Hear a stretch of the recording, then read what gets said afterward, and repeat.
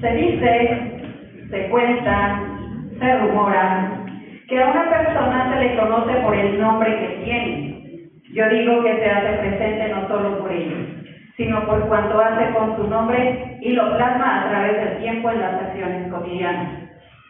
Hoy, el cual es un tiempo infinito, tenemos el privilegio de recibir en este espacio educativo, más allá de un nombre, más allá de una historia.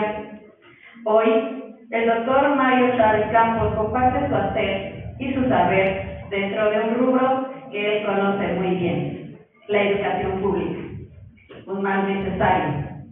Hablando desde las necesidades que como docentes vivimos, conocemos y experimentamos de forma continua.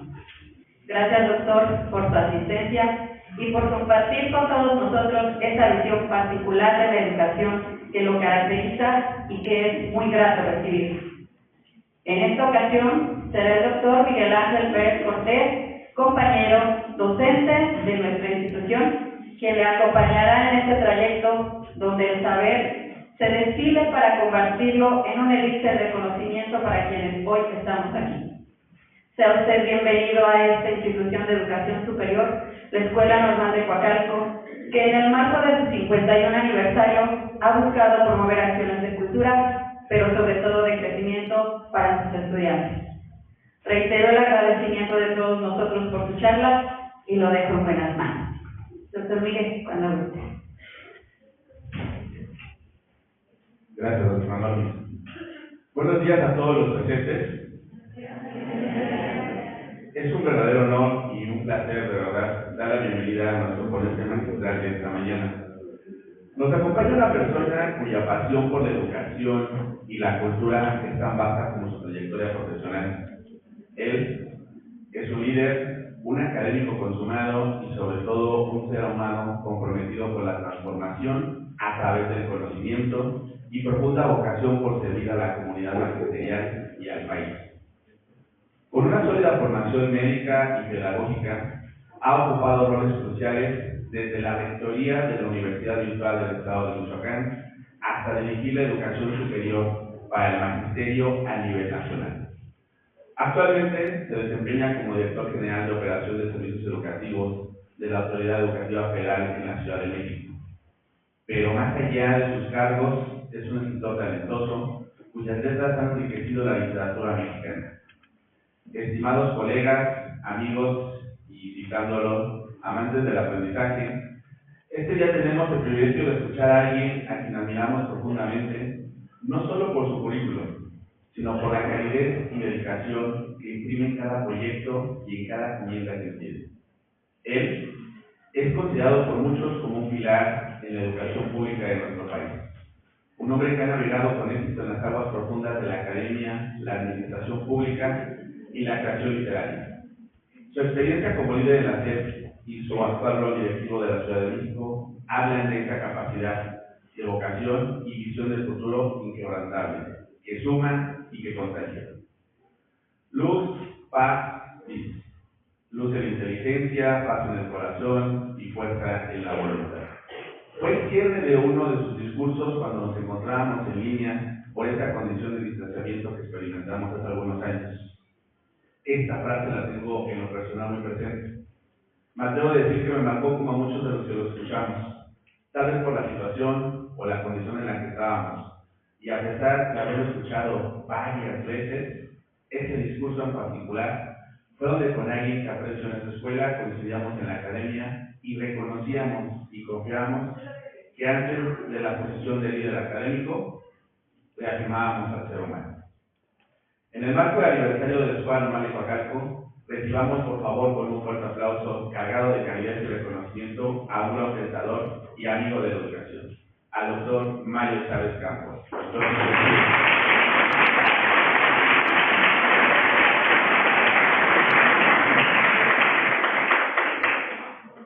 Voy a ceder el uso de la voz para escuchar la conferencia del doctor.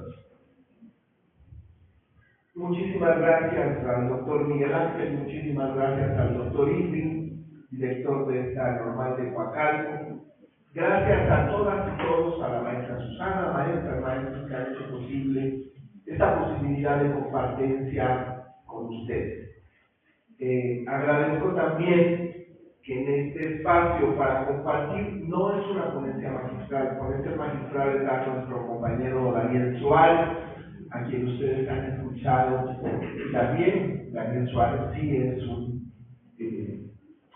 es un portento académico en América Latina en el marco de recuperar las voces invisibilizadas de las maestras y los maestros.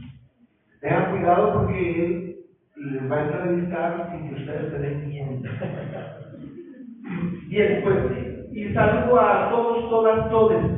Me da muchísimo gusto que esté el auditorio lleno de estudiantes. Me han pedido que hable sobre la importancia de la educación pública y su papel en la reconstitución del tejido social. ¿Quién decide lo que vale la pena aprender? Durante un siglo, ¿quién o quiénes han decidido los contenidos, los conocimientos que poblaban las aulas de nuestro país? Porque detrás de cada plan de estudios, de los libros de texto y los exámenes estandarizados, hay alguien que tomó una decisión. Alguien dijo, esto sí importa y esto no. Alguien trazó una línea entre el conocimiento legítimo y el conocimiento descartable. Y durante demasiado tiempo ese alguien no fueron ustedes. Ni las maestras ni los maestros, ni las madres y padres que despiertan a sus hijos antes del amanecer para llevarlos a la escuela, ni las comunidades que sostienen con su esfuerzo diario la posibilidad misma de que exista un espacio llamado aula. Las decisiones sobre qué debían aprender los niños de México y las niñas se tomaron en oficinas climatizadas, ajenas al polvo de los caminos rurales o al ruido de las ciudades, donde el transporte público tarda 2 horas en llegar. Oficinas ajenas a las lenguas que nombran el mundo, con una precisión que el español a veces no alcanza.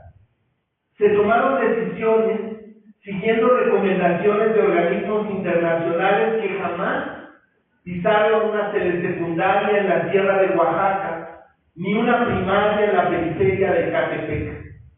Se tomaron con la convicción de que los expertos saben más que las comunidades sobre lo que las comunidades necesitan. Ustedes, normalistas de Coacalco, conocen bien esa periferia. Esta escuela nació en 1974 para formar maestras y maestros que enseñarían en el nororiente del Valle de México, en esa franja donde la ciudad se desborda sobre lo que antes fueron tierras de cultivo y pueblos antiguos. Coacalco, Ecatepec, Tecámac, Tultitlán, territorios donde millones de familias llegaron buscando la vida que la capital les negaba. Aquí se levantaron colonias enteras sin agua ni pavimento. Aquí la escuela pública fue muchas veces el primer edificio sólido del barrio, el primer lugar con luz eléctrica y el primer espacio donde las hijas e hijos de migrantes pudieron imaginar un futuro con más prosperidad que el de sus madres y padres. Aquí se aprende a enseñar en la frontera, en el borde, en ese filo donde todo está siempre por hacerse. Y aquí estamos, preguntándonos si es posible hacer las cosas de otra manera. Si la educación pública puede dejar de ser algo que se nos impone y convertirse en algo que gestamos. Si la voz de quienes enseñan y aprenden puede tener algún peso en las decisiones que determinan su vida. Yo creo que sí. Y creo que ya está sucediendo. Y que este logro, como todo lo que se arranca al poder, fue una victoria de quienes nunca dejaron de insistir de la base magisterial. Pero antes de hablar de lo que sucede, necesito hablar de lo que sucedió. De las palabras que nos enseñaron a usar y que sirvieron muchas veces para silenciarnos. Piensen en expresiones como sociedad civil, participación ciudadana, diálogo con las comunidades. Durante décadas estas palabras funcionaron como conjuros que los gobiernos pronunciaban para legitimar lo que ya habían decidido. Se organizaban foros donde la gente podía hablar, se abrían buzones de quejas, se instalaban mesas de consulta con manteles largos y micrófonos. Y la gente hablaba con esperanza, con rabia contenida, con la ilusión de que alguien les escuchara. Pero cuando las actas se firmaban y las cámaras se apagaban, las decisiones seguían siendo las mismas que hubieran sido sin consulta alguna. Era participación decorativa, el artilugio de la comunidad invocada pero jamás escuchada. Se nos pedía que participáramos, pero nuestra participación era catarsis, nunca decisión.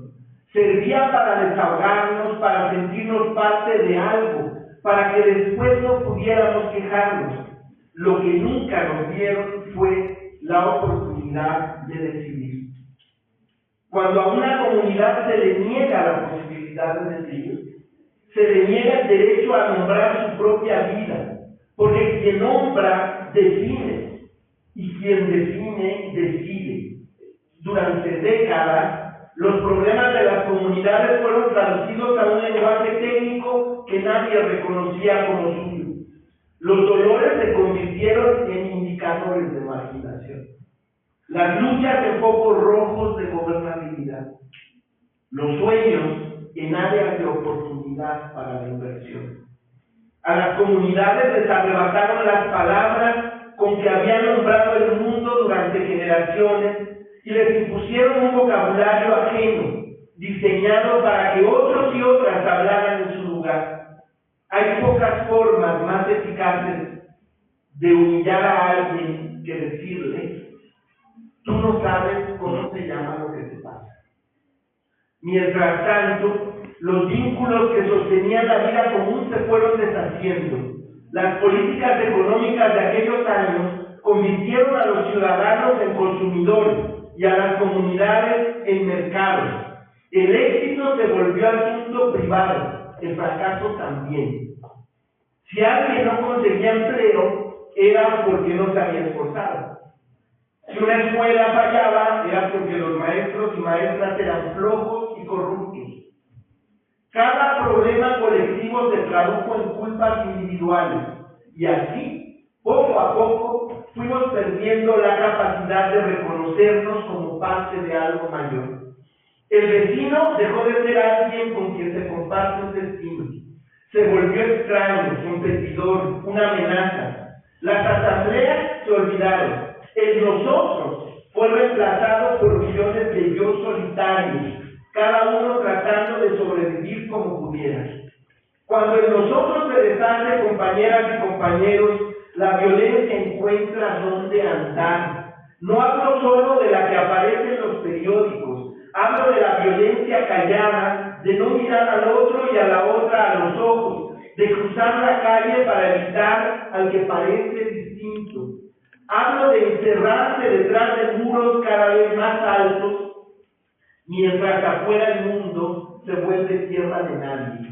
La violencia prospera donde los rostros se han vuelto anónimos y la vida ajena ya no conmueve. Por eso me resulta problemático escuchar que hay que reconstruir la vida comunitaria, como si alguien pudiera venir desde afuera a reparar lo que otros rompieron. La palabra sugiere un arquitecto externo, un ingeniero social que sabe cómo deben hacerse las cosas. La comunidad necesita otra cosa, que le devuelvan lo que le arrebataron. Por eso prefiero hablar primero de restitución y después de reconstitución.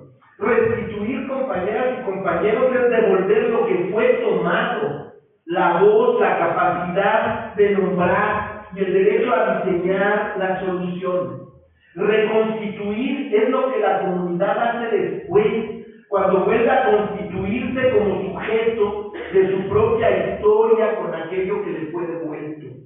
Nadie puede reconstituir a otro y a otra, pero sí podemos crear las condiciones de restitución para que el otro y la otra se reconstituyan a sí mismos.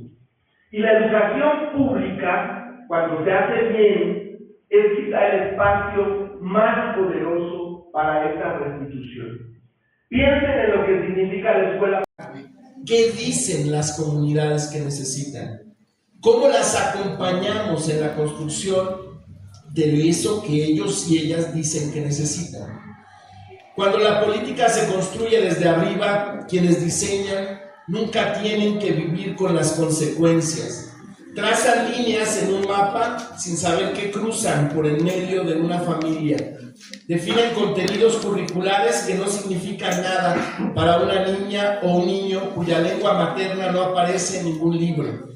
Establecen estándares que miden cosas ajenas a lo que esa niña o ese niño necesitan para vivir con dignidad. En cambio, cuando la política se construye desde abajo, quienes diseñan son los mismos que vivirán con lo diseñado. El conocimiento empieza a cimentarse en el encuentro horizontal de saberes que se reconocen mutuamente. La comunidad se vuelve protagonista de su propia transformación. Y lo que describo ya comenzó a suceder en México. En mayo de 2019, más de 250 maestras y maestros, delegados de escuelas normales de todo el país, se reunieron en un congreso distinto a todos los anteriores. Llegaron a decidir el rumbo de la formación docente. El Congreso Nacional para el Fortalecimiento y Transformación de las Escuelas Normales fue un ejercicio inédito. Cada escuela eligió a sus representantes. Cuando llegaron, encontraron mesas de trabajo donde su palabra pesaba igual que la de cualquier funcionario. Se discutió sobre qué docentes quiere formar este país, qué autonomía necesitan las normales y qué ruta curricular seguir. Hubo tensiones, resistencias y momentos en que la burocracia intentó retomar el control, momentos en que los acuerdos parecían deshacerse. Las construcciones colectivas genuinas tienen esa textura áspera. Implican desacuerdos, negociaciones y renuncias de todas las partes. Lo que las distingue de la simulación es precisamente eso, que duelen, que cuestan y dejan marcas. Pensemos en una maestra de una normal rural, de esas que llevan décadas formando a quienes después enseñarán en comunidades donde el español es segunda lengua, donde la escuela queda a 3 horas de terracería. Imaginemos que pide la palabra y dice simplemente: nosotros, nosotras, sabemos lo que nuestros estudiantes necesitan porque los vemos todos los días. Lo que pedimos es que nos dejen enseñarles eso. Eso fue el Congreso de 2019. Cientos de voces como esa por fin escuchadas. De ahí surgieron los principios que guiaron el codiseño de los planes de estudio 2022, el regreso a la comunidad como horizonte de la práctica docente, educar para la libertad, educar para la creatividad.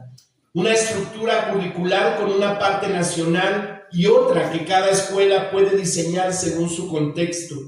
Puede codiseñar hasta el 50% del currículo. Esto significa que hoy en Coacalco pueden definir parte de lo que se enseña, según lo que el nororiente del Valle de México necesita. Eso es restituir, crear las condiciones para que la comunidad se reconstituya. Lo mismo sucedió con los libros de texto.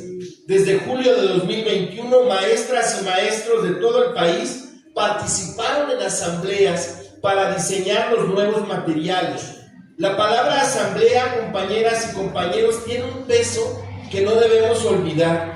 Es la forma más antigua de la democracia directa, el espacio donde cada voz cuenta igual y nadie se esconde detrás de un cargo. Los nuevos libros se diseñaron escuchando a maestras rurales y urbanas, de comunidades indígenas y mestizas, de contextos de alta y baja marginación. Se hicieron reconociendo que México no es uno sino muchos y que una educación pública tiene que hacerse cargo de esa multiplicidad. y fueron construidos en gran parte por normalistas.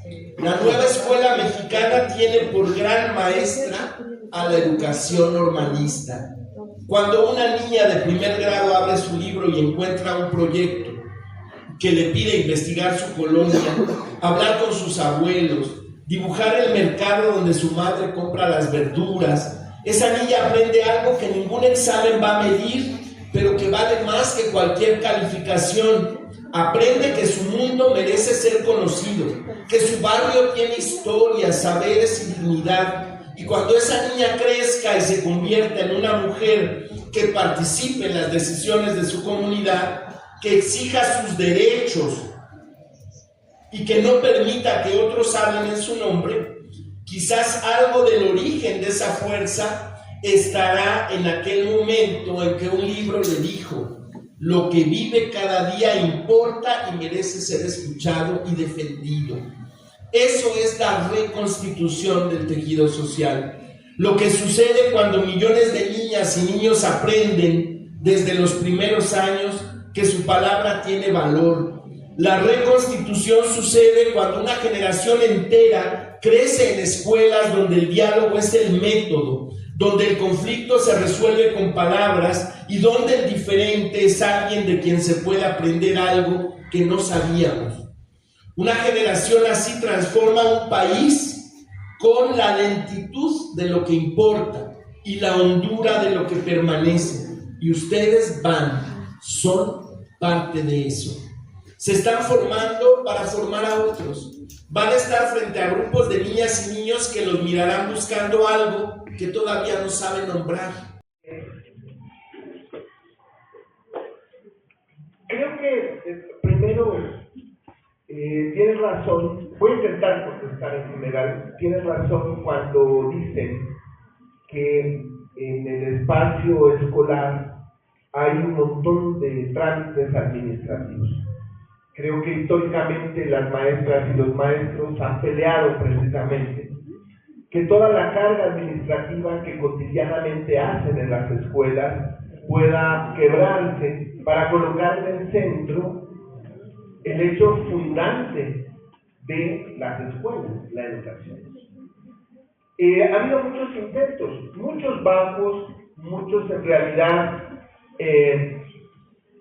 que no se pensaba tampoco con la responsabilidad de lo que es el hecho educativo. Hubo muchos intentos y discursos desde los gobiernos neoliberales por desmontar la carga administrativa, pero no se ha logrado. Ahora a mí me toca la responsabilidad de la educación básica de la Ciudad de México, y uno de los temas que colocan los compañeros y las compañeras maestras y maestros es precisamente cómo hacer que la carga administrativa pueda abatirse. Nosotros hemos empezado primero a colocar el tema en los consejos técnicos escolares, lo que nosotros llamamos en la ciudad comunidades de transformación de la enseñanza. Y lo que hemos hecho es consultar a estas comunidades de transformación para que nos coloquen de la carga administrativa qué es lo que hay que desmontar y bajo qué lógica hacerlo. En eso estamos. Creo que contra el monstruo de la burocracia hay que empezar a cercenarnos sin piedad, porque si nos ponemos a pensar como políticos en el marco de qué es lo que estamos cargando en las actividades diarias de las maestras y maestros, muchas cosas pues nada más no las podemos cortar. Entonces habrá que empezar a cortar primero y ya después vemos si hace falta alguna otra cosa para aproximarnos a la realidad de la escuela, solo para visorar un poco cómo está ese espacio. Entonces yo lo que les diría a las compañeras y compañeros estudiantes es que hay que patear la burocracia en el sentido de que nos descoloque del hecho principal de la educación. O sea, yo sé que ahora muchas y muchos de ustedes están preocupados por el tema de UCICAM, ¿verdad? Que en realidad el tema de UCICAM lo que intenta paliar es que no tenemos suficientes plazas para tantos y tantas que egresan de las escuelas normales. Entonces, nos meten en un tema complejo porque va a haber quienes no logren colocarse en alguna escuela. Bueno, afortunadamente va a desaparecer UCICAM, como se ha prometido. Ahora hay que ver en qué UCICAM, en qué se convierte. Esperemos que se convierta en algo que nos dé más posibilidades de que nuestras y nuestros estudiantes de las escuelas normales puedan incorporarse al espacio público educativo, que es donde realmente hacen falta. Entonces yo creo que hay que empezar también a dejar de pensar en toda esa burocracia, en toda esa carga administrativa, y pensar en todo el proceso de enseñar y aprender al interior del aula y cómo compartir eso del aula, cómo reverbera, cómo como un caracol resuena fuera del aula con las comunidades y al revés también. Es decir, los proyectos no solo se hacen desde la mirada del aula o la escuela, fundamentalmente deberían hacerse de las cosas que interesan a la propia comunidad, y que la escuela sea parte de la posibilidad de aproximarse a las respuestas, a las soluciones de problemas que tienen las propias comunidades. Creo que esa es la mejor manera de empezar a derribar los muros de la escuela y conectarse con las comunidades. Porque de otra forma, las comunidades, desde que se pusieron bardas en las escuelas, antes no había bardas. Recuerden una escuela en un pueblo de este país, la escuela era el centro de la comunidad. En la propia escuela, o cerquita de la escuela sin bardas, estaba el kiosco de la comunidad. Y la gente llegaba a la escuela para 1000 cosas. Ahí se reunían para las asambleas ejidales, ahí se reunían para tomar decisiones del pueblo, las maestras y los maestros facilitaban esos procesos. Después se fueron cercando las escuelas, cerrándolas a sí mismas, por 1000 motivos de seguridad, motivos de precaución para los niños y las niñas, pero hoy hemos encerrado a las escuelas en verdaderos guetos, en las ciudades donde nada tienen que ver con sus propios contextos y sus propias realidades que las circundan.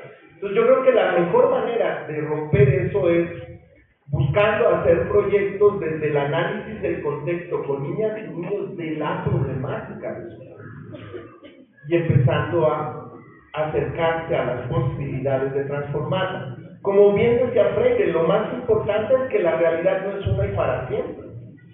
La realidad podemos cambiarla. O sea, el cuento de que así ya es y pues así se queda es el cuento más neoliberal que existe.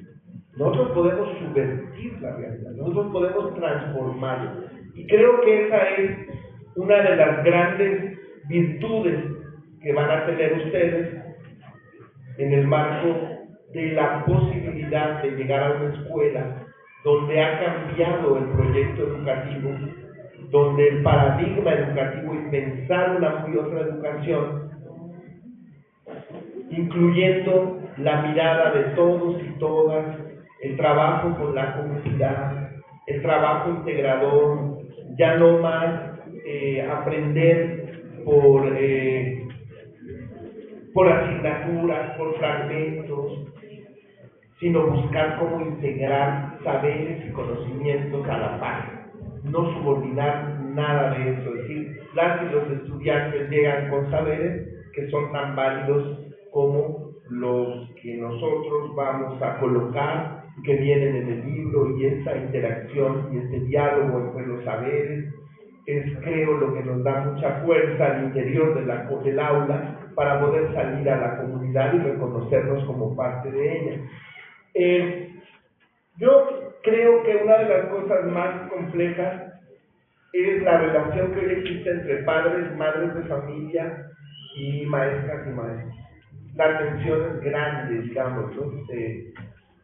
No nos sirvió ni siquiera la interpelación de la pandemia, que fue una verdadera crisis civilizatoria, pero no nos sirvió, parece que ya la olvidamos.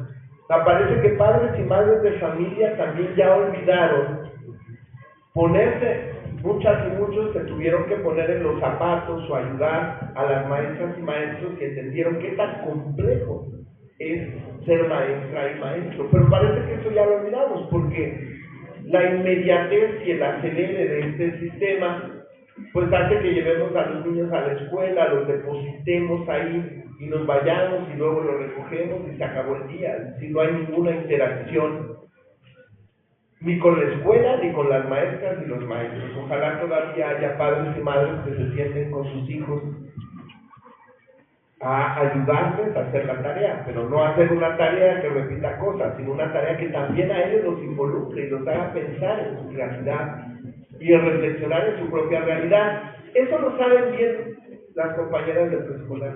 Creo que son las que más cercanos tienen este cambio de paradigma de no aprender por estancos, sino integralmente y con preguntas que detonen proyectos que involucran al padre, a la madre, a las niñas y niños, y que pongan en el centro algo que se va perdiendo en el sistema educativo, que es la creatividad. Si nosotros tenemos, digamos, ahora no lo puedo citar, pero hay estudios que demuestran que un niño que sale de preescolar contra un niño que sale del primer año, del sexto año de primaria, pierde creatividad. Entonces la escuela no sirve, porque en vez de acrecentar esa posibilidad, la cercena, la mutila. Entonces, creo que las compañeras de preescolar también son los espacios donde más van padres y madres de familia, más bien más de familia. Y hay una gran posibilidad de involucrarla en la construcción de proyectos que vayan más allá del aula. ¿Qué más? Pues yo terminaría diciendo lo que el compañero Daniel Suárez coloca, es decir, efectivamente creo que primero necesitamos restituir. O sea, primero necesitamos que todos los agravios que como personas y pueblo nos han hecho los poderosos, primero necesitamos sentirnos que estamos recuperando nuevamente nuestro papel y nuestra posibilidad como personas nunca calladas, primero. Y ya después, partiendo de eso, podemos reconstituirnos propiamente, digamos.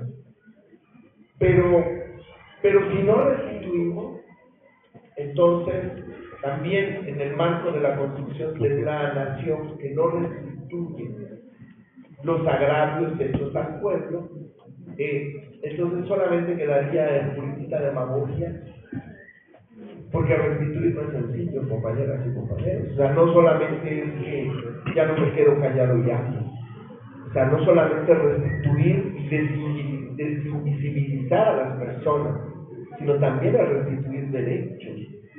Y en el marco de la restitución de derechos sí que hay toda una pugna, porque hay todo un complejo entramado de burocracia que mantenía al poder, y todavía hay quienes temen ir desmontando todo ese entramado porque sienten que las instituciones, el peso del gobierno, se perdería. Nosotros creemos que en el marco de las normales empezamos precisamente restituyendo la voz de las maestras y maestros, su decisión, su participación, y ahora estamos en una maravillosa reconstitución del maestro y la maestra como verdaderos transformadores. Si hay nueva escuela mexicana, si hay nuevos libros de texto, si hay autonomía curricular, si se habla de continente en este país, ha sido por las escuelas normales. Porque las escuelas normales empezó a hablar de estos temas mucho antes de que empezaran los gobiernos de la transformación. Mucho antes de que empezaran los gobiernos de la transformación hubo una gran comunidad que resistía los embates de pensar lo mismo, de pensar igual, Y por eso cuando se abre la posibilidad de la transformación, es que se hace, digamos, no con mucha facilidad, pero sí ya con una comunidad que previamente estaba embalada para hacerlo. Por eso yo creo que todas y todos en las normales deben sentirse orgullosas y orgullosos de eso. Es decir, sí son en este momento en el país y en algunos lugares de América Latina, porque se empieza a tomar la transformación de las normales a través del codiseño, por lo menos en Colombia, por lo menos en Nicaragua, como una posibilidad de transformar la educación desde las escuelas normales. Y termino diciendo, este país se transformó por lo que lamentablemente ocurrió en la escuela normal. O sea, lo que detonó ya el hartazgo de muchas y muchos en este país. Y no solo el hartazgo, sino la posibilidad de la acción. No solamente de condolerse sin moverse, sino la acción, el hartazgo que moviliza, fue la desaparición de los 43 compañeros normalistas de la normal rural Mauricio Burgos de Ayotzinapa. Eso fue lo que detonó el gran despegue de la transformación. Quien en este gobierno de la transformación desconozca que ese fue el hecho que quebró finalmente la posibilidad de que continuaran los gobiernos que nos subsumían, que nos invisibilizaban, pues fue eso, compañeros y compañeras. Entonces, bien, pues yo ahí le dejaría en esta participación. Perspectivas, sentimientos y emociones. Creo que también esta parte de su genuino compromiso con el futuro de nuestra educación. Su palpable preocupación lo ha manifestado en diferentes ocasiones, en diferentes escenarios, por este bienestar, la formación continua de nuestros docentes. Algo que mostró el aniversario de nuestra casa de estudios, nuestra escuela normal de Coacalco. Le despedimos con un fuerte aplauso y por favor nuestro más profundo respeto y un sentimiento de agradecimiento.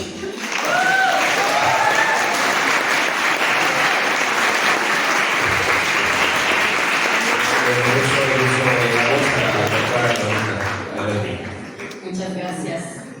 El que quiera escuchar, que escuche. El que quiera aprender, que aprenda. No hay forma de negar que lo escuchado cuestiona lo más profundo del ser humano, pero más del ser profesionista. Docentes en formación, recibe y deja que lo que te acaban de regalar haga huella en tu proceso. Llévalo a tu aula, platícalo con tus docentes, inclúyelo en tu práctica y revive la esencia de la docencia.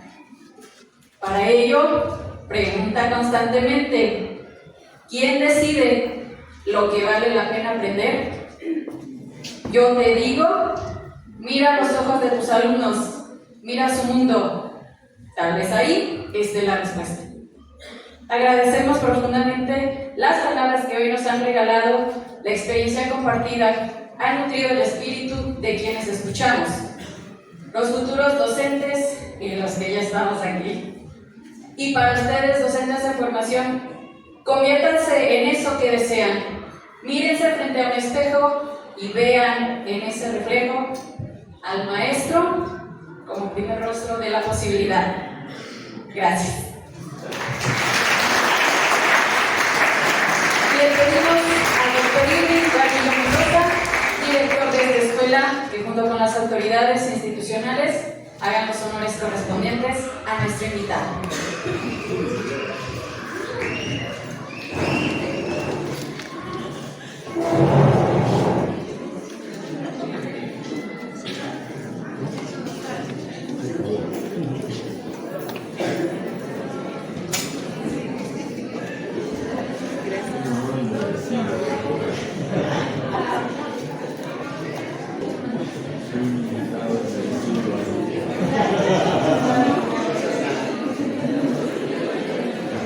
Doctor Mario, yo le sumo a su magnífica disertación del día de hoy la idea de que la educación sigue siendo esa utopía posible, esa utopía construible. En el discurso de generación de egreso, de la generación que se acaba de ir, les decía y hoy les vuelvo a decir a todos nuestros estudiantes. Por ahí alguno de ustedes hacía una pregunta y decía, ¿qué podemos hacer para redignificar nuevamente la profesión docente? Y por supuesto que hay mucho que hacer, pero les decía yo a esa generación que se fue, los padres de familia llevan a sus hijos todos los días a la escuela, a la puerta de la escuela, porque siguen creyendo en la escuela como una institución. Siguen creyendo que la escuela puede transformarlos. Hace unos días platicaba con alguna de aquí y le decía, sus papás confían en que esta escuela está haciendo algo, en lo personal y en lo profesional. Esa es la responsabilidad que tenemos, ese es el reto que tenemos que afrontar día a día, y por supuesto que les pido que atesoren las palabras que les compartió el doctor Mario, porque esas palabras trastocan una de las dimensiones más difíciles de la formación de docentes, la dimensión ética. Y eso es solo tarea de cada uno y cada una de ustedes. Doctor, gracias de verdad por estar con nosotros y le entregamos un reconocimiento a nombre de toda la comunidad educativa de esta escuela por su destacada participación como ponente al impartir la conferencia, importancia de la educación pública y su papel en la reconstrucción del tejido social. Gracias, doctor.